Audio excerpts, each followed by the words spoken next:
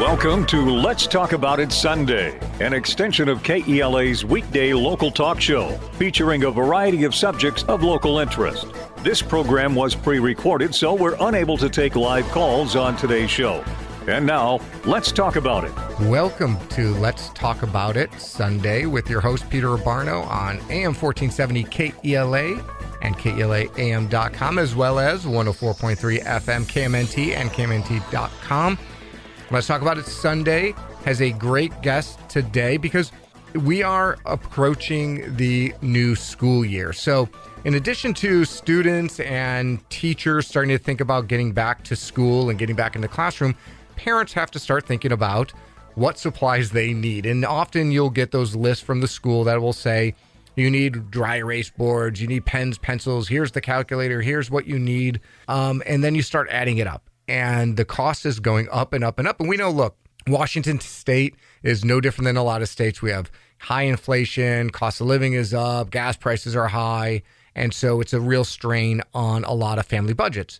So there are a number of different school supply drives around our community. And one in particular I want to talk about today is the one in Toledo. Cyndi Philbrook. Cyndi is here today. Cyndi, how are you? Great. Thanks, Peter. And she's here going to be talking a little bit about school supply drives. She's going to talk about her supply drive, and we're going to talk about supply drives generally and how important they are for a community and families who are struggling. So, Cyndi, tell us a little bit about how did you get started with your supply drive in Toledo? Sure. Yeah. It's been about 10 years ago or so.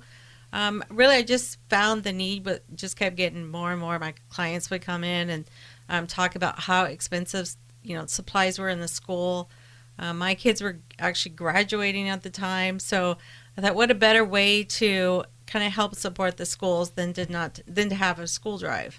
Yeah. And school drives are important. So tell me about your clients would come in and what would they tell you about those supply drives? I mean, would they say, look, it's getting too expensive. Have you even seen, the cost of what some of the supplies are needed for school now? Yes, exactly. Exactly what they would tell me. Just the price of backpacks. And, and it's just not school supplies that the schools ask for. They ask for Kleenex and, hand wipes and sanitizer. So it's just not school supplies anymore. And that's the one thing that I've noticed because you and I talked before the show a little bit about my wife and I doing the supply drive in Centralia. And what we noticed was, in addition to the supply needs expanding because of a changing classroom, right? There's also the need for making sure kids have clothing and weather appropriate clothing. And the one thing that really surprised me most is even like swim week.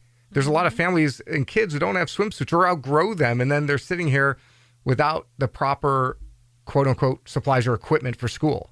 Right. We're lucky in Toledo. We do have the Toledo Community Foundation that does help with a lot of those type of costs now as well. That's one of the reasons why we started the foundation, was to help exactly with swimwear. Right. Or if somebody needs a clarinet, school supplies, we'll pick up. We will get some specific kids who we know are going to need some help with school supplies. And we'll pull those out so they can walk into school that first day and be proud that they have brand new school backpack and their school lunch pail with them. And so you've been doing this for about 10 years. Where do people go to maybe provide a donation or to drop off supplies in Toledo? Mostly my office. I'm just right downtown at 208 Cowlitz Street. So I'm the Farmers Insurance. So it's pretty simple to get the supplies right there. Are there schools too? The schools are open, the middle of August or so you're always welcome to bring in supplies to the schools specifically as well. What do you hear about from the schools when they say, here's what our needs are? What do you hear are the things that students need the most of, or that maybe not the need the most of, or that aren't donated as much but are needed? Yeah, some of the higher cost things, like we have, I believe it's our sixth graders. They do a What About Me project, and they need those 3-ring binders. Yep. And those are pretty expensive. They're like $8 for a 3-ring binder now. You know? So the teachers are really happy to have some of those extra binders around for kids that can't afford them.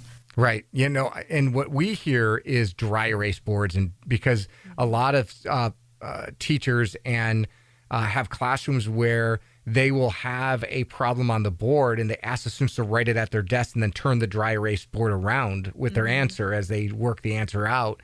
And, you know, I have kids. I know how many tops don't get back on those dry erasers, but those are another high need that I really didn't expect until we started collecting them. Yeah. And they're expensive. Too. Earphones. You're right, Yeah. because they do all their testing. Yeah. I purchase all the school supplies for our Toledo Lions Club as well. We spend about $2,000 on school supplies, and I buy like 100, 200. You're right.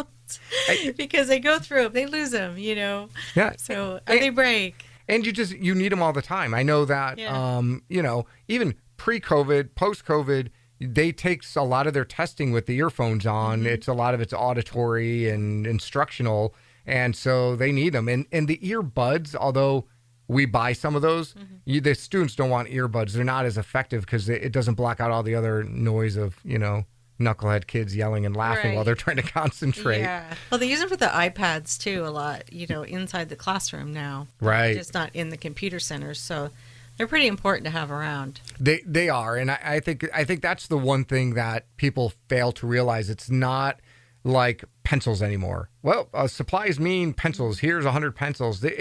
You know, with the changing environment of education, it changes kind of the needs. And exactly. Yeah. And the schools they're having a hard time picking up where, you know, if people can't bring in stuff, and they're just lacking in that. Yeah. So that's the sad thing, you know. And then our teachers, we all know, you know, they deserve a raise. So, but they're supplying everything else, you know, which we try not to have them do that. You know, that's a lot of money comes out of their pockets each year. Yeah. That's how our school supply drive actually started. My wife was in school teaching, and she would say, hey, this kid is here. He's got no sneakers. They're not the right size. Half my class doesn't have this. And we were spending our own money. Sure. Right. And, or I was having my law office donate it to the school. And then we realized about the same time, about 10 years ago, hey, we should try to just collect supplies around our community with businesses who are willing to help out. Because it's pretty expensive. It is. And a lot of people will bring in a very small bag, and they'll feel, oh, you know, I'm sorry, this is all I could bring in. But it's amazing how fast that all adds up. I mean, it's great. It is. So what are some of the, and I wanted to ask you this because what are some of the criticisms you get? Because I have collected supplies for almost now 6 years in front of Walmart. I have heard a lot of things yelled at me. What are some of the things you hear? Maybe they're nicer in Toledo. Maybe. I don't know.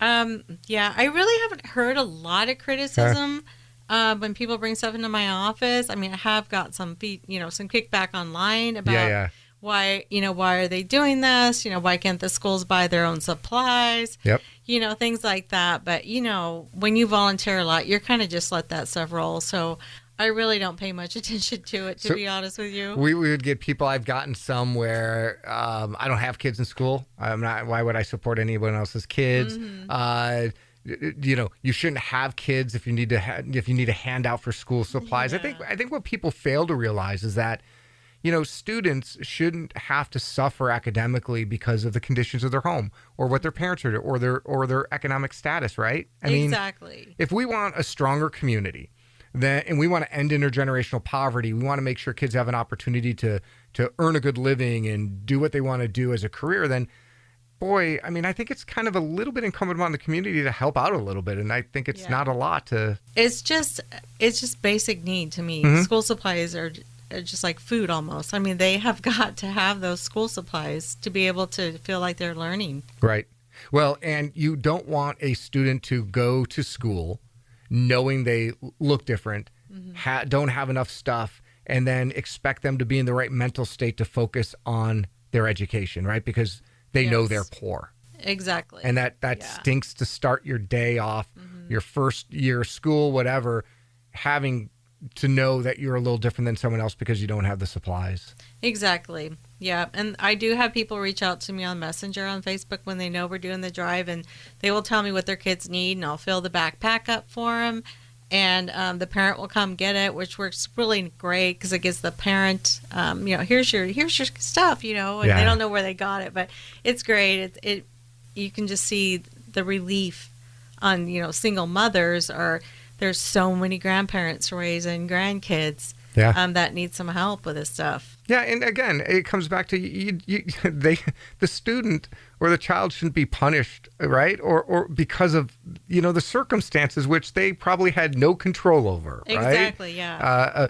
Parents divorcing, addiction, or mental health, or whatever, and then you have a kid who's going into third grade and doesn't have supplies to accomplish. You're almost pushing them further and further back, or marginalizing them more and more by making them feel different in a bad circumstance already. Exactly. Yeah, it's really tough, but I am so thankful for folks like you, folks like my wife, the folks in Chehalis. There's school supply drives all over the place, but I'm so thankful that they're doing them and making sure that our students go to school with, the tools for success. For sure. And hope. Yes. I always tell a story, and I've said this before. I remember when I was on Centralia City Council, and the City Hall staff packed a bunch of backpacks for our supply drive. That's great. And I didn't look in them until we were ready to pass them out. And because we wanted to make sure they were age appropriate. I don't want to give, a compass to a first grader, right, with a point on the end. Yeah. But I opened it up, and in each one was a sticky note and a $1 bill, and it said, "We believe in you. Congratulations. Good luck on school." That's awesome. It gave me chills because I was like, you know what this bag is? It's not about just supplies. It's about hope. That kid knows that the community cares about them. Exactly. Yeah. And that's huge. And really the people come in and give like that, it makes them feel just as good as the kid getting it. Yeah. So. Well, you do a lot of volunteering. Yeah. Right? You and I are like, we're always out there trying to give back. And I tease sometimes saying, I do it for the community, but it also makes you feel good.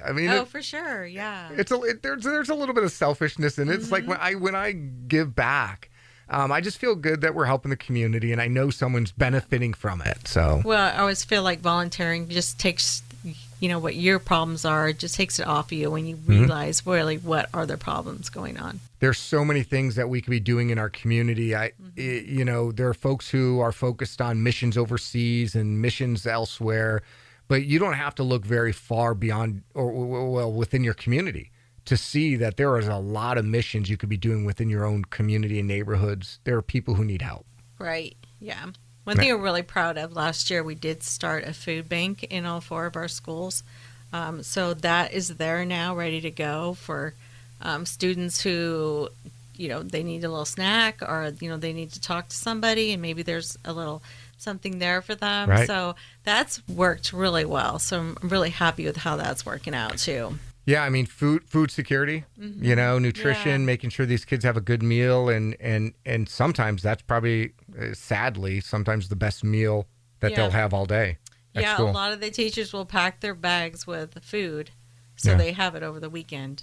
No, I think it's great. And Cyndi, can you give us again where they can drop off supplies, and if someone wanted to write a check or send a check to you, who can they write that check to and send it to? Sure, yeah. So it's Farmers Insurance, 208 Callett Street in Toledo.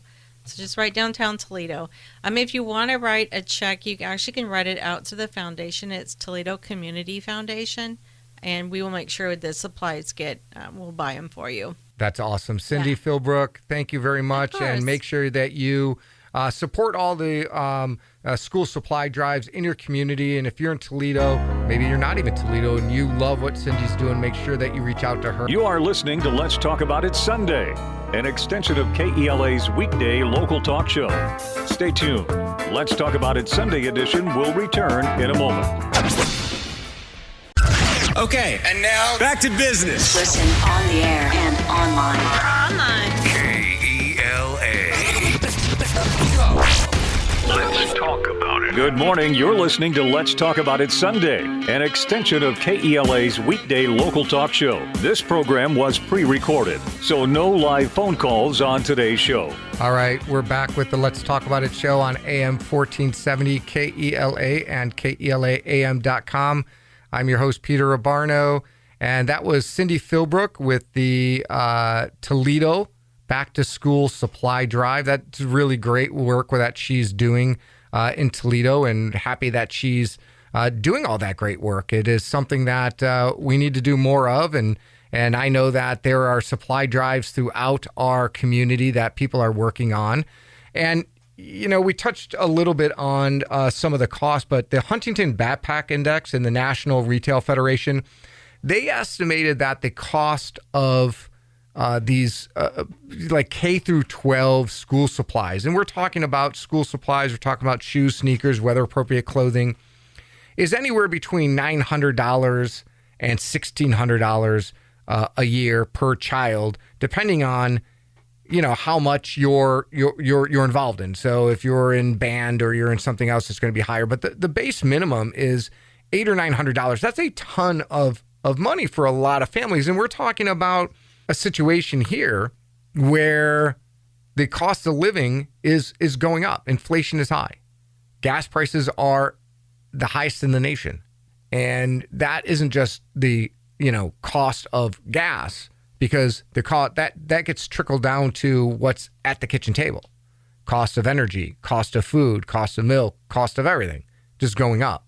And so that's huge. And a lot of families struggle to make ends meet, and this makes it even harder. And kids can't go to school without the proper clothing, the proper supplies. We want them to be successful, and it's just more and more difficult. And so there's lots of school supply drives all around Lewis County, Thurston County, Collis County, all over. Almost everybody has one.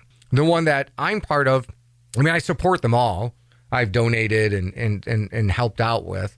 But about 10 years ago, my wife Holly and I started organizing the Centralia Back to School Supply Drive, and we do a Stuff the Bus event at Walmart in Chehalis. And this year it's August 11th and 12th from 9 to 5. There'll be a bus there, and you can write a check to the United Way of Lewis County. The United Way of Lewis County has been amazing. They've been so helpful. So you can write a tax-deductible donation, and that money will go to helping buy supplies.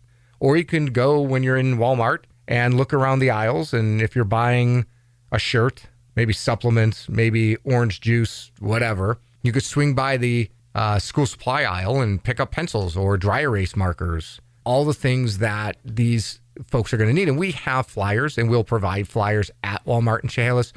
The flyers will have a list of some of the high need items. And people walk in, some of them come out with a pencil, some of them come out with a stuffed backpack, others come with clothing, sweatpants, sweatshirts, socks, underwear, deodorant. That's something that I didn't know that we needed for supply, but they go to gym class, and we want personal hygiene items. It just tells these students that our community cares about them and that we want them to be successful, because I think that's important for a community to let the students know that we want them to be successful. These are going to be our future leaders. These are going to be our future business owners. These are going to be the people who help move our community forward. And so in studio with me today, in addition to Cyndi, who did a great job, is my son. My son Antonio is going into 5th grade, and he's 10 years old. But he's been at virtually every single school supply drive that we've had, and he's helped organize, collect. And in addition to organizing, collecting supplies, he sees it. He sees his classmates. These kids know the difference between students who have the families and individuals with the means to provide these items and those who don't. And for me, some of the greatest impacts of supply drive isn't just the supplies, but it's the hope you give these students and the lessons you teach. Because if you come to Walmart in Chehalis August 11th or 12th from 9 to 5, you're not just going to see someone like me. You're not just going to see a teacher. You're going to see students collecting items for other students, because they also see that need. They also see the need in their community with their classmates, and they want to make sure that their classmates have what they need. So, Antonio, you've collected. How does it make you feel to collect items for other students? It makes me feel happy, and it makes me feel like there is. Yeah. It makes me feel like I make people happy, and how I can give other kids the opportunity to go to school and have items, so they can go there and have proper items. Yeah, because you see that, right? I mean, you see the actual students and what you need, right? Do you use dry erase boards? Yes. What do you need? I mean, that's the one thing that I didn't even know you guys needed. What do you use them for? We use it for math. We use it for a lot of things, like drawing things out for kids who don't know it. And they also help us with a lot of other subjects like science and language arts. And Yeah. Language arts. I don't know if I called it language arts. What's language arts? Like English? No, What is it? I don't remember. I don't remember either, right? Well, we're in the middle of summer and school hasn't started yet, so I'm sure we've forgotten a lot of things that we shouldn't have. But the supply drive itself, I mean, we can talk. I mean, it's always fun having you on the show. It's summer, so you're with me a lot, but it's we can talk a lot about the impact. I mean, swimsuits, for instance. I mean, you've outgrown your swimsuits. I mean, kids do, and they're not cheap. And you have swim week, 3rd grade and 4th grade, was it? It was 3rd grade and 4th grade. Yeah, in Centralia, and Centralia has different weeks for you to go, or different days, right? Yeah, Yeah, to learn how to swim. You're pretty good, though, right? I'm pretty good. Yeah, I know you are. Well, and with the supplies, backpacks, things like that. You've been there. You've collected. It's kind of fun. Yes, very fun. And we always need volunteers, right? Mm-hmm. And so when we collect supplies, what do? Do we thank people and say, hey, thank you? Yes. Yeah. We're really grateful. We are grateful. And you help organize it on the bus. Yeah, that's fun. That is fun. And what did you tell me about the supply drive? One of the most fun things you do is what? Jump around? Jump around the bus and, bring the bags around, right, so that when we're done, everything's full, and it's like an obstacle course to get around. It's really fun. It is. And that's the best part, is that it's an obstacle course because of how giving our community is, right? I mean, they're just so giving. And then after we collect items, we organize them. The bus leaves, gets locked up, comes back the next day. We do it all over again. Yeah. I like it when it comes brand new, because then it gives another opportunity for more people to come and give. Yeah. And we're usually at both doors, right? Yes. We have a lot of people like to volunteer and collect, and we sometimes ring bells when people donate, and we hand out flyers, and I'm always running back to the office to get into more flyers, because it's a nice thing. I get to hand out a flyer knowing somebody's going to read it and then understand and then donate or give something back. And students, we've had the football team, the girls soccer team, we've had volleyball teams, and it's kind of neat to see students collecting supplies and donations for other students. Yes. Yeah. Because I think we had the cheerleader team. I think we had the cheerleaders there for a while. Yeah, and then we had the football team come over, and they helped hand out flyers and help stuff the bus. And they came in their jerseys, right? Their uniforms? Yeah, which was pretty cool, right? Yeah. And it's good to see these kids understand that they're not collecting for themselves. Some of them may benefit from it. Most might not. But they know their classmates will. Mm-hmm. And that's important. What are some of the other things that are great about school supply drives? I like when we go inside and we just grab items that I know somebody in our class will probably get. Mm-hmm. And I just like that when somebody gets an item, they are going to be really happy. They are, because they're not going to feel different. They're not going to wonder where they're going to get it. Yeah. Yeah, and we've done where we've packed a bunch of bags. I've left them at my office at Althaus in Abbarno, and I've had random people just call and say, I didn't get anything. My kid really needs it. Do you have anything left? And we always have some things on the side to pack. And the money we get that gets donated to us in the United Way of Lewis County, we end up using that money to buy items that we were low on.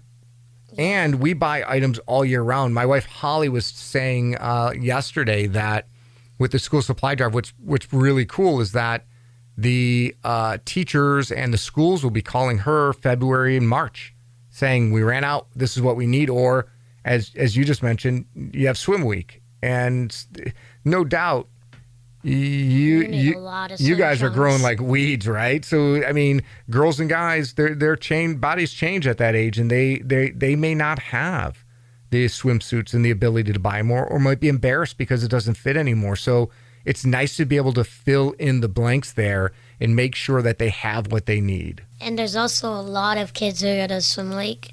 Like when I went, there was like 20, 30, maybe even 40. A lot of kids. A lot. Because swimming's important. Mm-hmm. You need to learn how to swim. You should learn how to swim. Yeah, so like if your friends ask you over to like go swimming with you, you don't say like no or get embarrassed that you can't swim. Or if you're have fun. Or if you're at a river or a lake, you want to know how to swim so you don't drown. Yeah, if you like fall in. Yeah, it's about safety as well. And my mom, grandma, does she know how to swim? No. And so that's why it's so important that you all do. And that's why I really appreciate the relationship that the school district and the city and have with Thorbeck, so that your classes and Centralia can get into swim week and make sure you learn how to swim. Look, the school supply drives are really very great, I think, projects and programs to have. Our students shouldn't have to feel different because their families maybe can't afford the backpacks and the supplies they need, which they need. It's just what it is. And as much as it would be nice if there was a magic wand and every school and every teacher just either use their own money or the school just use money. I mean, we know in Centralia you had a double levy failure. There's going to be some cuts here and there. And so if we want a successful community, we want our students to be successful, we want to make sure they have all those tools, the future leaders, then it's okay. You don't have to give. It's not forced, but it's nice to be able to supply that and let those kids know that regardless what happens after the first day, this is an opportunity. This is a fresh start and an opportunity to be successful, right? Right. So do you want everyone to show up at the supply drive on August 11th and 12th? Oh, yeah. And if you're not in Centralia, Chehalis supply drive, right? Yep. Donate. And Toledo, we heard from Cyndi Philbrook. It'd be great if you helped out there too. So if you have the means, have the ability, want to donate, want to sponsor. I mean, I'm thankful for the Chronicle, KELA, and all our sponsors of the supply drive. If you can donate to United Way of Lewis County, courtesy of the Centralia Supply Drive. You can come by and visit us on August 11th and 12th, and make sure, if you're in Toledo, for instance, you're driving through and you have supplies or a donation, make sure you stop by and see Cyndi Philbrook at Farmers Insurance and give her a donation. Make sure the students there as well have what they need. So you're listening to Let's Talk About It, AM 1470 KELA and 104.3 KMNT. This is Let's Talk About It Sunday. I'm your host, Peter Abbarno, and my co-host today, Antonio Abbarno. And I want to thank Cyndi Philbrook for our guest. Thanks. We'll talk to you next Sunday.